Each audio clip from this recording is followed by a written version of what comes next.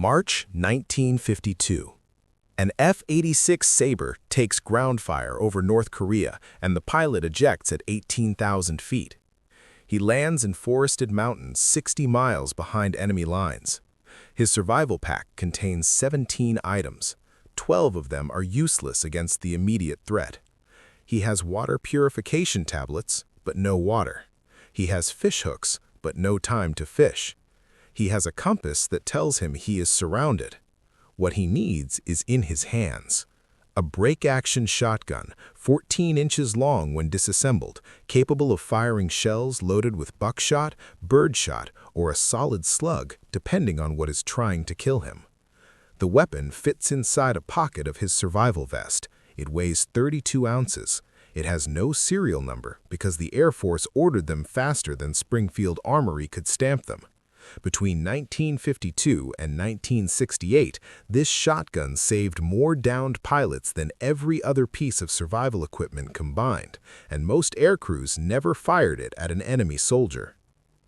The problem facing the United States Air Force in 1949 was not tactical, it was biological. Pilots ejecting over hostile territory faced threats that had nothing to do with enemy infantry. Korea's mountains contained brown bears weighing up to 600 pounds. Siberian tigers still ranged through the northern forests. Wolf packs operated in groups of 8 to 12. The standard-issue M1911 pistol fired a .45 ACP round, effective against human targets at close range. Against a charging bear, the .45 required shot placement that most men could not achieve under stress. Against a pack of wolves, 7 rounds were insufficient.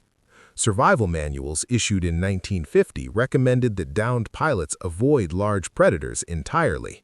This was not useful advice for a man sitting in a parachute harness he could not release quickly, in terrain he did not know, possibly injured, certainly exhausted. The Air Force Survival Equipment Branch began evaluating options in early 1951.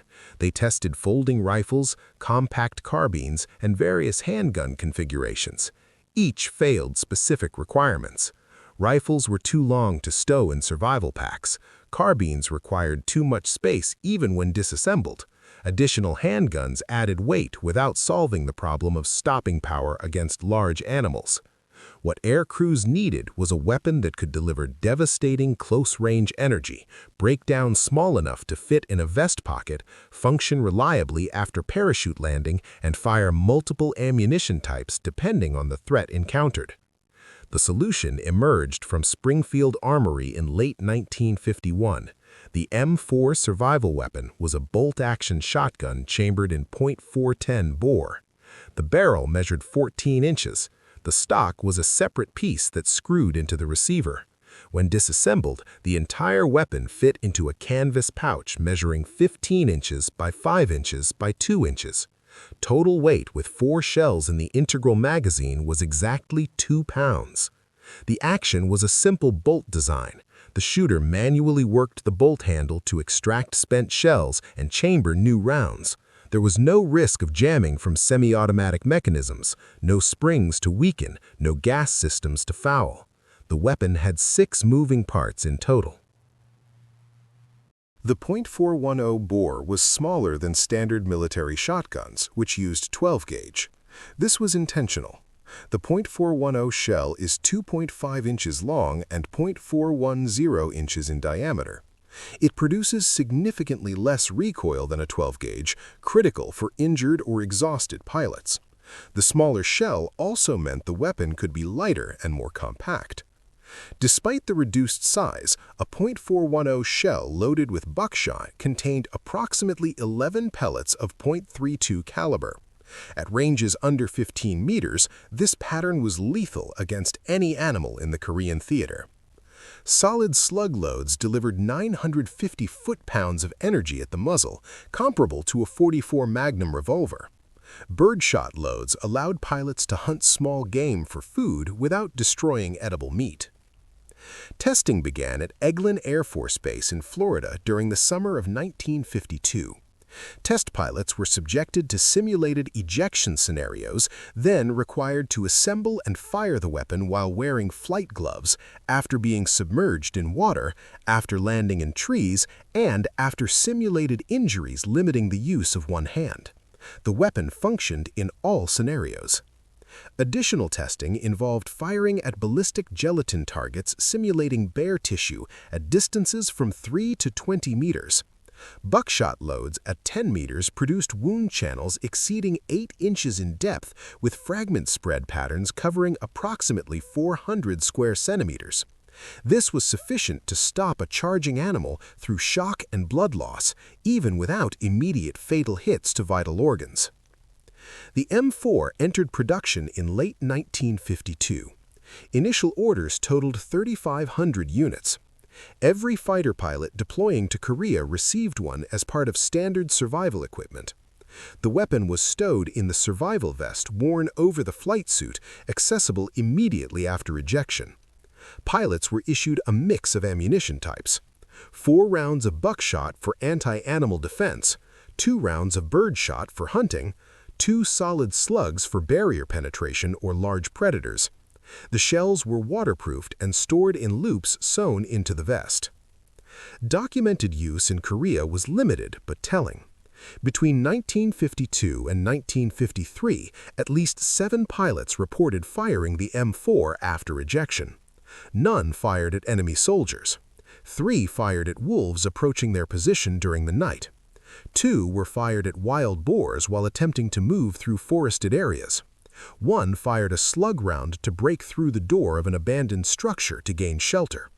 1 fired birdshot to kill pheasants for food during a 4-day evasion before reaching friendly lines. All 7 pilots were recovered alive.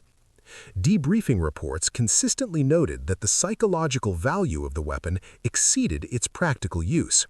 Pilots stated they felt significantly less vulnerable while armed, even when no immediate threat was present. The Soviets issued nothing comparable. Soviet pilots carried the Makarov pistol and a standard survival kit containing a machete. No specialized weapons for animal threats were provided. The Soviet approach assumed pilots would be recovered quickly by helicopter or would evade on foot to friendly territory. Neither assumption proved reliable in practice. Chinese forces used similar logic. Their pilots carried Type 54 pistols, which were copies of the Soviet Tokarev. No survival-specific weapons were issued. American doctrine recognized what Soviet and Chinese doctrine did not. A pilot alone in a hostile wilderness faced threats that had nothing to do with ideology or tactics. The M4 addressed biological reality rather than tactical theory. This difference in approach reflected broader philosophical gaps in how each Air Force valued individual aircrew survival. The M4 remained in service through Vietnam. Pilots flying missions over Laos and Cambodia faced different threats. Tigers still existed in viable populations. Asian black bears ranged through the mountains. Saltwater crocodiles inhabited coastal areas. The weapon proved equally effective in the jungle as it had in the Korean mountains. At least 12 documented cases exist of downed pilots using the M4 against animal threats in Southeast Asia between 1964 and 1972. 3 cases involved crocodiles, 5 involved bears, 4 involved wild boar. All pilots survived the animal encounters, though not all survived subsequent capture or evasion attempts. There was one significant limitation. The .410 boar was marginal against the largest predators. A Siberian tiger weighs up to 700 pounds. A charging tiger covers 15 meters in under 2 seconds. A pilot had time for 1 shot, possibly 2. The buckshot pattern from a .410 at that range might not penetrate deep enough through muscle and bone to stop the animal before it reached the shooter. The solid slug had better penetration, but required precise aim under conditions of extreme stress. Multiple documented cases from training exercises showed that pilots could not reliably hit vitals on charging targets. The weapon was sufficient for most threats. It was marginal for the worst threats. No lighter, more compact alternative existed that could do better. Production continued through 1968. Approximately 39,000 M4 shotguns were manufactured. The program ended not because the weapon was ineffective, but because the doctrine changed. Improved helicopter rescue capabilities reduced the time between ejection and recovery. Better survival radios allowed faster location of downed pilots. The calculus shifted. Pilots were less likely to spend multiple days evading through the wilderness. The need for anti-animal weapons decreased accordingly. The M4 was replaced by the M6 aircrew survival weapon in 1968, which combined a .22 Hornet rifle barrel over a .410 shotgun barrel in an over-under configuration. This provided rifle capability for small game hunting at range while retaining shotgun capability for close defense.